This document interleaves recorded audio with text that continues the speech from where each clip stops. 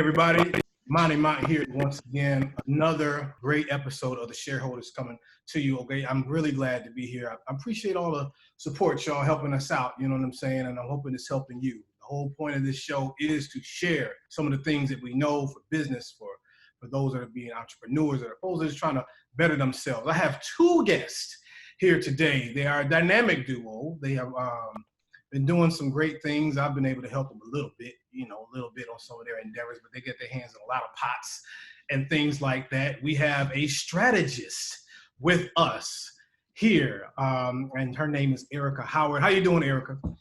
Hello, how are you? I'm good.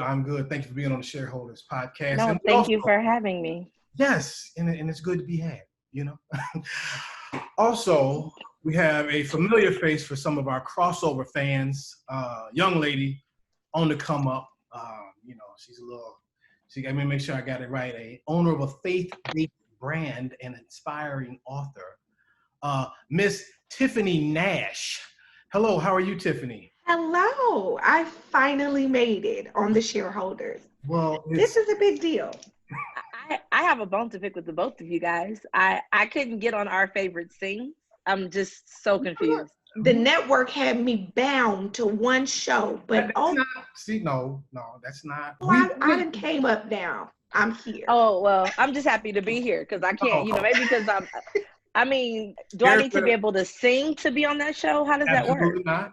Absolutely not. Because I was about to say, because I know somebody who can't, but this that's on fine. The show. So there you go. Yeah. There you go. Oh, no, I'm right here. But here's the thing.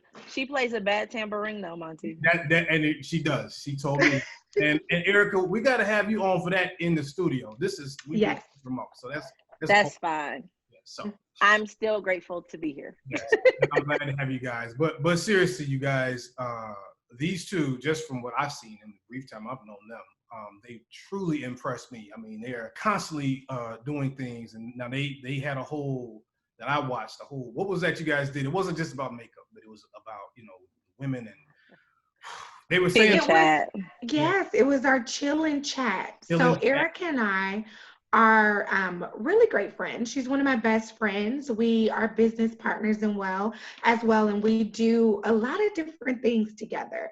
So during the pandemic, of course, people were unable to get out to get their hair done and their nails done and different things like that. So Erika and I collectively came up with a virtual chat and chill where we had some guests come on and kind of help us out and talk about what it is that we could do during the pandemic.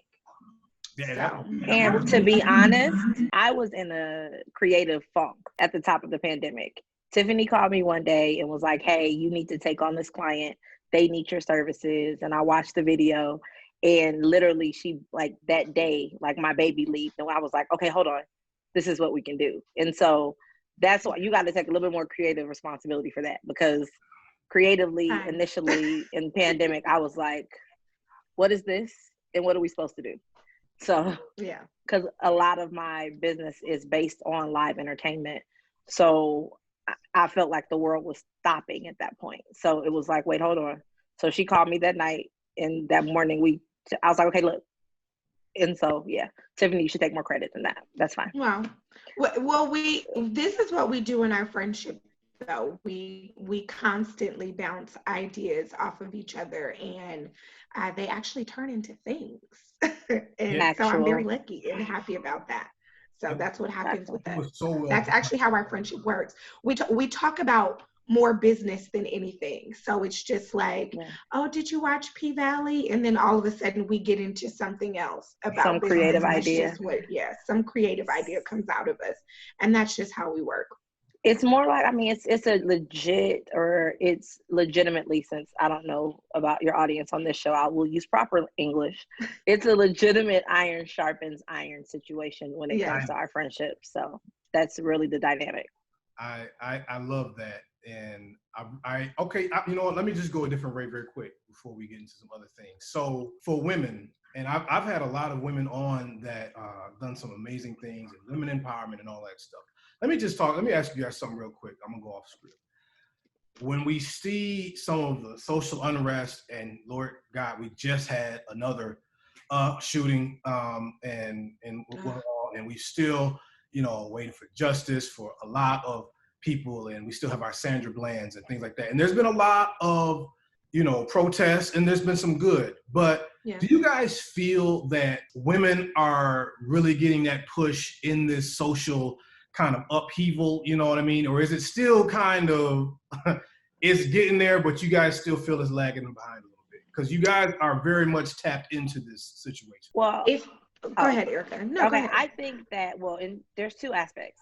That the African-American female, we were the leading group of growing entrepreneurs before all of this. Yes. I think that we are starting to see us use our voices.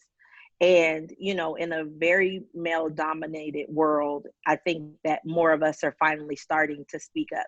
And not just about the Me Too. We're saying our voices matter, our dollars matter.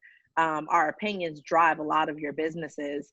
And a lot of times, even in the civil rights movement, it was the women it was them that was organizing the rallies and things like that.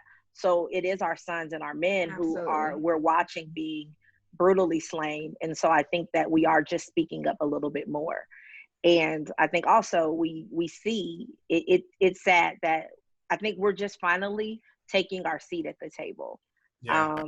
I know overdue for years, and I worked for a company. I was the only African-American woman sitting in a boardroom for a major Fortune 5 company for years. And so it felt like every time I spoke, they would be like, so what does Oprah think about the situation? Well, I don't know. I didn't talk to Oprah, but I can tell you what Erika Nicole thinks about the situation. So I think that we're just finally, our voices, we're taking a seat at the table. That's my take on it all. And I would say literally, we're taking a seat at the table. Yeah. It's not given to us. We are literally taking the seat at the table. So I absolutely agree with that. But I do believe that now more than ever, we do have more support as opposed to before. I think that women, especially Black women, if I'm honest, we're pretty much overlooked. And I think now we are coming in a space to where we're now being supportive, I think, of one another in our culture. So I think that now not only are we speaking up more, but I think that people are also speaking up on our behalf. Or we're being heard. That's my opinion. You have a female, the Yeah. Democratic Party has a female vice president candidate who was a HBCU graduate. You know what I mean? You have Keisha Bottoms, who is doing amazing things down in Atlanta. And so it's like our voices are being heard. But I think that, we did violently, like by force, we took our seats at the table, and we were like, no, you're going to hear us. Yeah. So, and I think us as women, we are supporting. You're seeing less of the craze of the women throwing water on each other on TV, less of the drama, and more of the support. I do believe that we are seeing that as well. That is that last thing you just said is really, really pertinent, because there was a time, the reality shows and all that stuff where it seemed they would even put women in positions to argue with each other, or they would just set up scenarios so there would be an altercation and stereotypes that would be. And I honestly, I don't know a whole lot about that because I don't watch a lot of that, but I really feel like that doesn't play as much no more. I mean, there might be a few little pockets, but I think when we talk about cancel culture, I think that's something we can definitely, because it's not uplifting, and we really got no time for it. And like you said, and shout out, because there is, Kamala Harris and Keisha. I believe Kamala Harris is an AKA as well. She is. AKA, yeah. Shout out, a couple AKAs I know, a couple Deltas I know too. I love y'all too. So, stay there. That's great. Okay. But so you guys also, one of the reasons I want to have you on the show is there is I don't really know what it is. I was going to research, but I said I'm going to come in blind. It's called Susu, I believe. Right. Now, so just tell me what it is, because I don't really know exactly what it is. What is that? So because Tiffany's going to give you some, but I think that this is, no, honestly, I think that just like we just talked about, the distance and women in African American culture. Hey, we're on Zoom. I mean, this is the reality. So we're live. So excuse me for just a second. Sorry. Okay. It's okay. So we talk about the difference in African and women coming together. One thing that you are seeing in the Susu communities is you're seeing the African American use a theory and a practice that's ancient, and you're seeing us come together in a community to, one, recycle our dollars in ways that you saw Jewish communities and Persian communities and other communities. So just like women are coming together, you're starting to see more of people of color come together collectively and pull their money and see success that way as well. But I'm gonna let her give her part, then I'll come back. Okay. No, that's perfect. I'm so sorry. I apologize. Bentley is in the background. He wants to be on the show so bad, you know. So I apologize for that. Tell him to take a number. So in addition to what you were saying, Susus have been around for ages. This is not a new thing, okay? So traditionally, I believe Erika mentioned, this is something that a lot of other cultures have participated in, as well as our own culture, right? So you will see a lot of people doing this, and it kind of became a trend, even though this is something that was already happening. This became a trend, if you will, during the time of the shutdown and us being under pandemic, right? So all you heard were people investing in Susus and looms, which we will also get into that as well. But for a Susu, it's pretty much a savings plan, if you will. Mm-hmm. The pro to that is, if you have an issue saving money, you definitely want to invest in a Susu, okay? Now, the con of that is, if you're looking to get more money out, then you're not going to do that in a Susu, because you do not get more out than what you put in. It's basically circulating money and investing money in a pot, and you take turns with the people that you're in a Susu with collecting the pot. Okay. So if we're all, in a Susu together, now, if we're all in a Susu together, I would invest 1,000, you would invest 1,000, Erika Nicole would invest 1,000, and basically we would all take turns getting that. Now, depending on how long you want this Susu to go, and how it's set up, you can invest weekly, you can invest monthly, however it is, whatever dollar amount you're doing, however, you get that all back in one lump sum. It's usually like a family and friends savings club. Businesses, yes, it's a family and friends thing. A lot of people will tell you that this is how they purchased their businesses. This is how they made down payments on homes. This is how they paid off student loans. It's a great way to save money with family and friends and people that you trust. That is what a traditional Susu is. There's about 136 different variations of the word Susu. Mm-hmm. It actually dates back to BC.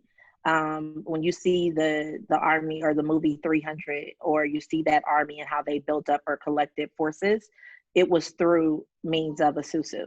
During the civil rights movement, this is how they were funding. They couldn't necessarily use banks. This is how they were moving money around to each other to fund rallies and transportation and things that way. So I was introduced to them as a little girl. My grandmother was in a savings club with 12 of her friends.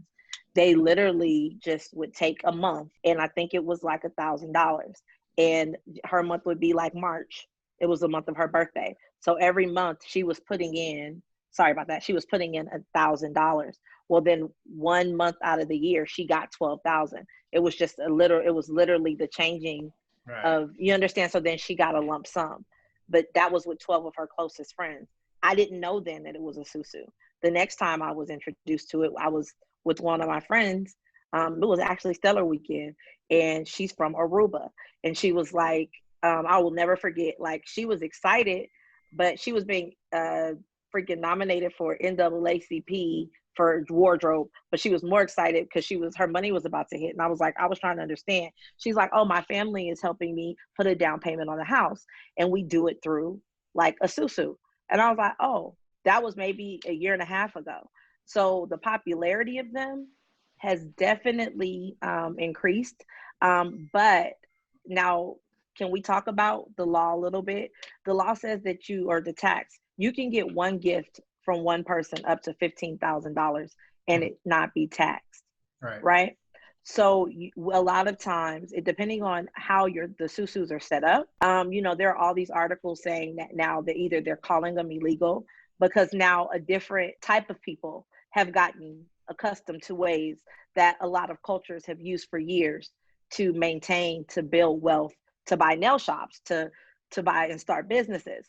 Now, the different type of people, it's almost like hidden, you know how we talk about hidden resources, or we pray for hidden, you understand what I mean? Like the hidden ideas and things like that, that we're coming into this knowledge, and it's not, we're again having to take our seat at the table. I'm going to choose my words wisely. Is that I know what you mean. Understood? I got you. Yeah. Okay, cool. Gotcha. That's, what's crazy is that for me, the term SUSU, I had never heard that. But then you at some point said savings club. And I was like, wait a minute. Well, okay.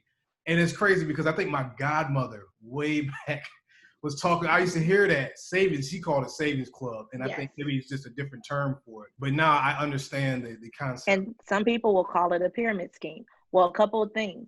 In a proper savings club, let's just use that word, no one person should be holding the money.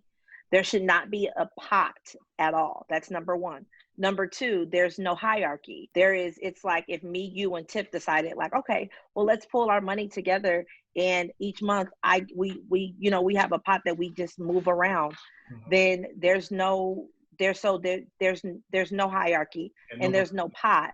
The money is literally moving from hand to hand. There's not a place where the money's being held, and so forth. Does that make sense? It does. And I'll say this because, and you kind of said something earlier, how the Black community, our dollar, I believe the statistic is our dollar stays in our community about 6 hours, as opposed to, I think the Asian community is something like 22 days or something. And then the Jewish community is 20 days. Even I think the Latino community is something like 7 or 8 days, and ours is 6 hours. For those listening or watching, what that means we don't own enough things. That means we're spending our dollar in other people's businesses instead of our own. And so anything that can help cultivate that can help us to grow our own. The thing is, though, what it would take, and I'm sure you ladies will agree, it does take a little sacrifice, where sometimes we'll see a Black-owned business and it's like, yeah, but such and such is cheaper.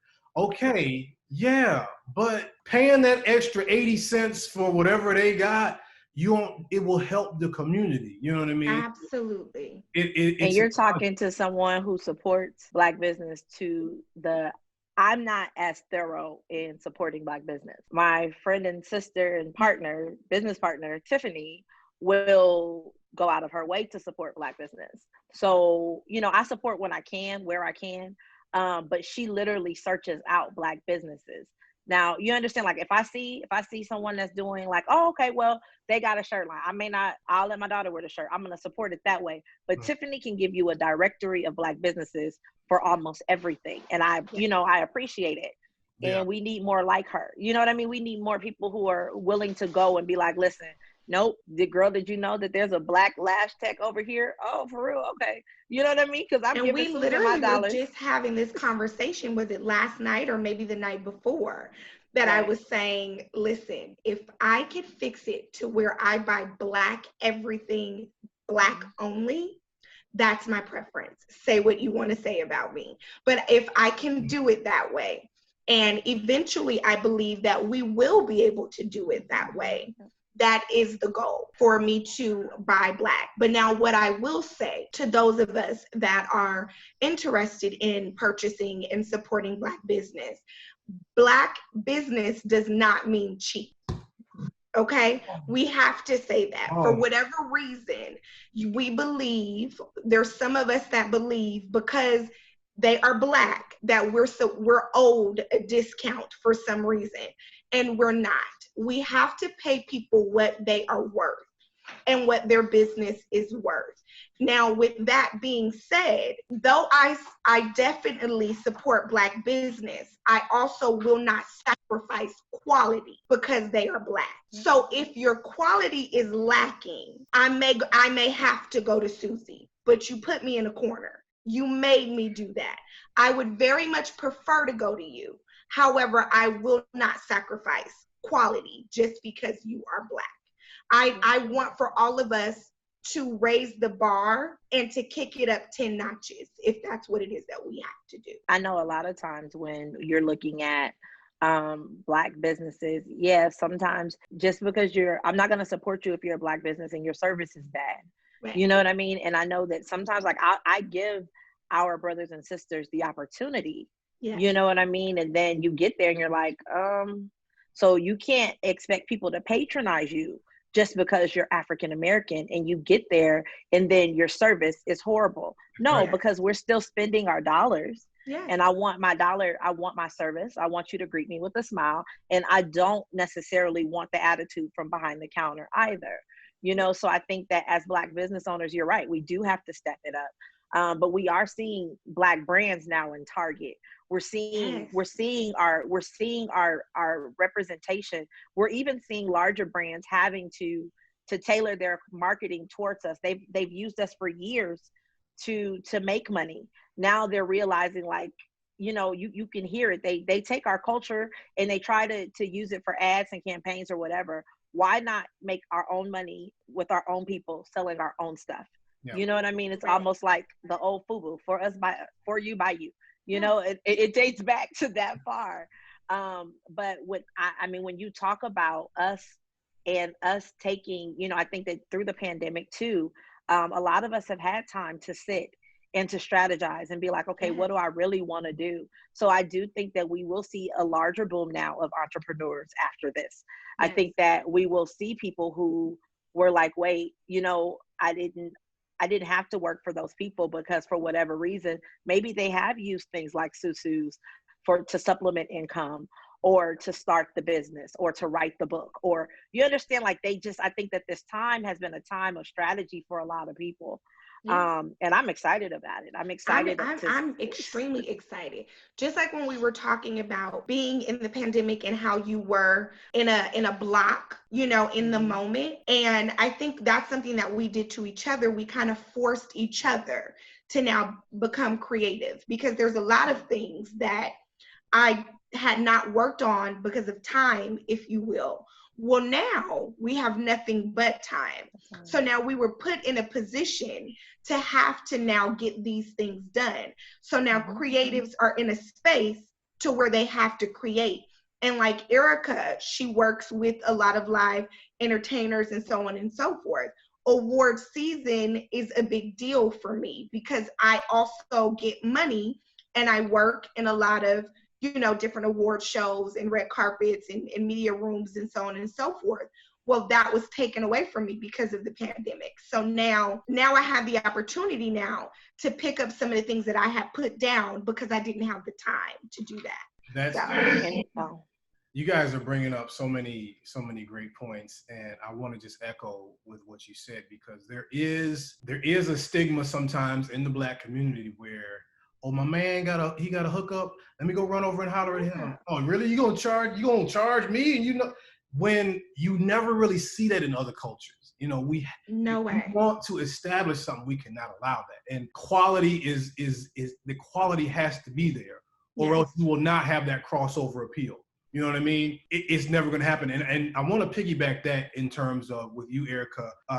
You also have the ambience group, which you do. And is it 10 years? I don't want to mess it up. How many? It was 8 years. 8 years. 8 years. Yeah. Mm-hmm. So Tiff invited me, and I had no idea what she was talking about. Like, come through, because Erika's doing this such and such, and I got to do a thing like that. And so I got to do a thing like that. You know, I didn't know what she was talking about. And so, you know, my instinct was, you know, I don't know, I'm tired, blah, blah, blah. But something just told me to go. Just go. I said, okay. And we are so glad that you made it. Listen, I'm so glad I came, because I want to tell you, if anybody sees this that's, you know, thinking of doing business. I told you I was so impressed with what they did on Facebook when they did the things. But Erika, it was so impressive to see your setup, and I had never even seen that place before, but it was very professional. And they had professional photographer there, and then they had live entertainment. The singers were unbelievable. I was just blown away, and I looked to see some of them folk on some coming shows. I networked with so many people, and I said to myself, I was so glad I came. Not just to support, because I was glad to support, but to see something done on a high level that is professional, that really I could have invited anybody. Had I known what I was going to, I could have invited anybody I know and been glad for them to see that. That's what we need. And, wow. Moving forward, I really hope that these platforms open back up for you, or you find more ways to innovate. I know people are, finding new ways to do things. We on Zoom, Zoom and blew up just from this pandemic. Should have bought stock. We should have got some stock. Long time ago. Had we known, Yes. But I'll tell you this, Monty, like that was a part of, like, so I'm Beyonce, yes, it started 8 years ago. And it started like, so to hear you say, so like, and Tiffany will tell you this, I do like headshot, well, that came later, like, the headshot parties, and I've always done like strategy for different people or whatever, but I came to a place where I was like, you know what, you find a niche, you find things that then this is to any business owner, any creative that's looking to start something, you find a niche, especially like in this city, I looked at things that were lacking. So I was like, in other cities, we do Praise Connection after church on Sundays, or we can go do live music in Dallas and Deep Ellum on any night of the week. So we started that, and it blossomed into something that I never, ever expected. But the night that you saw, it literally, I was up for 3 nights and was going crazy. Like, it's my 8th year and I want to celebrate. But if I celebrate it, I can't just do it anyways. But social networking is a huge part of our brand. So for you to come there and say that, so when you hear that your vision is being, even with restrictions, that your vision is still living life and breathing, you're like, dang, God, I thank you, because it doesn't have to be that way. And so I think that we have to take the excuses off and take the limits off of ourselves, because I think right now is a perfect opportunity. Tiff and I are talking about business strategy probably from the time we wake up to the time we go to sleep. Now, obviously, we got some, hey, girls, oh, girl, did you see this, like she said in there? Or let me tell you about what your nephew and your niece are doing. But it's like, this is the time. Like, when else? Yeah. When else? And I'm sorry, I want to be very specific. When she says from the time we wake up until the time we go to sleep, I mean, we probably start talking around 6 or 7 a.m. in the morning, every single morning.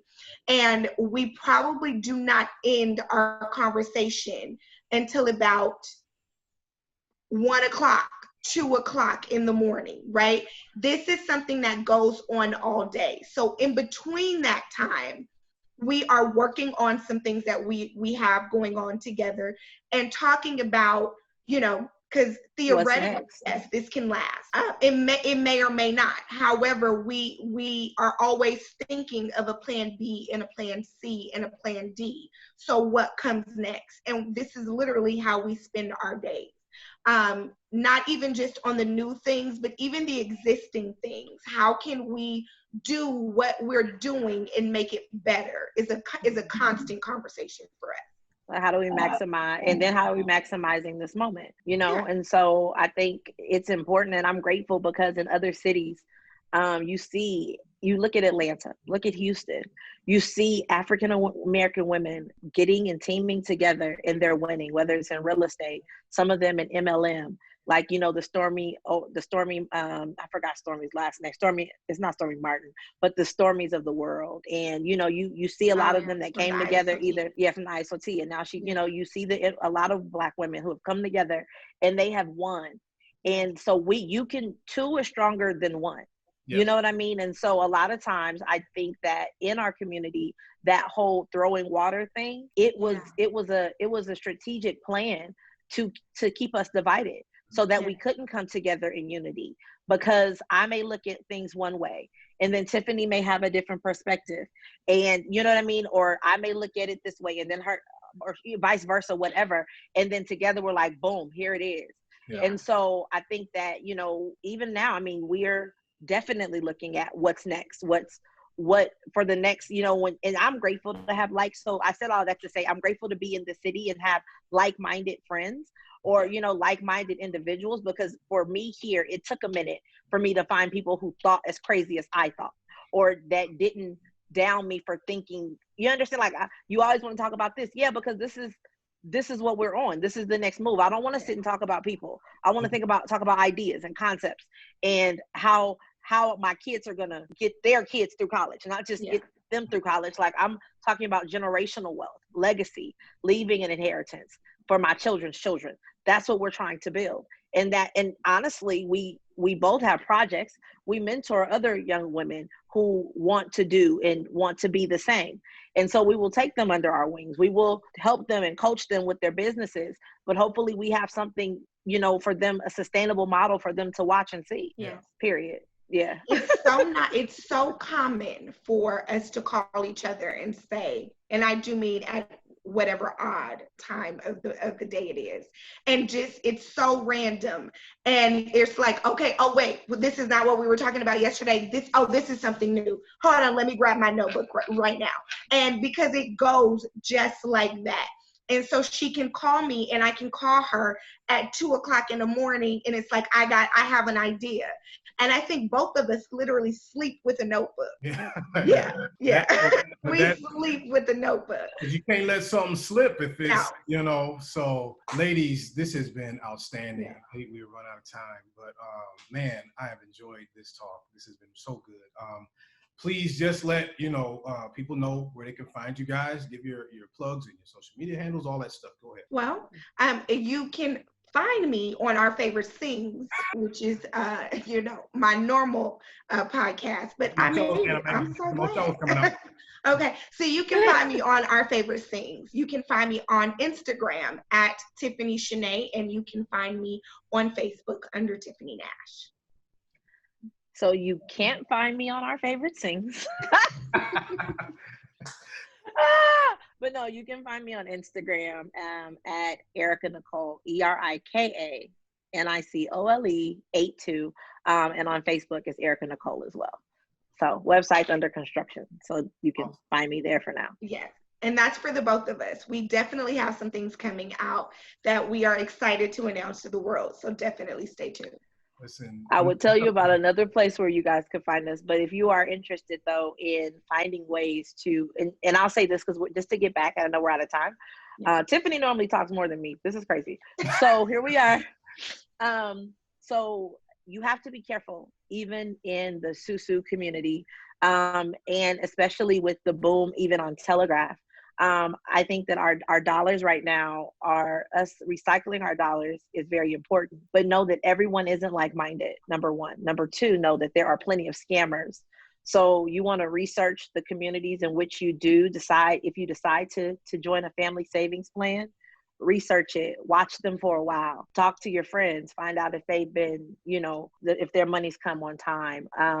And then, you know, I mean, I'll tell you that the Telegraph app has become very, very popular these days. So you want to be mindful of where you're placing your money because you work hard for it. And everybody in business is looking for a ROI or a return on their investment. Absolutely. So you want to be mindful of that as well. That's all. And you know what? I'll say this. I know we keep saying one last thing. Okay, my teeth don't kill me. And like you told me yesterday, you was like, Erika, I hate when you say one thing because then it's 25. Yeah, because when she always calls me and says a couple things. I'm like, oh, this is going to take about 45 minutes. So here's the thing. So a couple things in my Erika voice. Okay. So now if you are interested, just like Erika said, there's a lot of people that are doing this. Telegram is famous, you know, for these things. So you definitely have to be careful. So this is what I will leave you all with. I took $50, and out of $50, I made $400. From that $400, I took $150, and I made $1,200. Wow. From that $1,200, I took $300 of that, and I made $2,400. And I know you guys probably see memes like this on Facebook all the time, okay? But listen, if you're interested, Find me on Messenger, find me on Facebook, Instagram, and I will tell you more about it. You can find me as well, because I did the exact same. Yes. The hook out there, y'all, since you're waiting for it's out there. But thank you guys. And it was such a refreshing talk to have. And I hope you guys that are watching and are hearing this and listening, okay, maybe the finance thing is not, okay, your thing or whatever, but I'm not good with talking, but something. We're looking at two women here that will not just sit down and wait for things to happen. They are making things happen. Like they both said, they're not even just talking about what they're working on. They're talking about the next thing. So whatever your calling is, whatever it is, don't wait for somebody to open every door for you. You got to just jump out there, okay? So that's my advice for you. I've enjoyed it. Thank you, Erika. Thank you, of course, Tiff.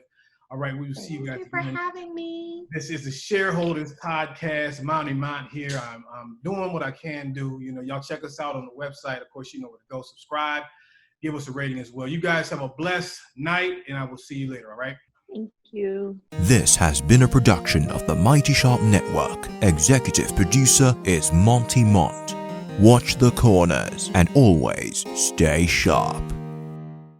God will provide all my needs and shine.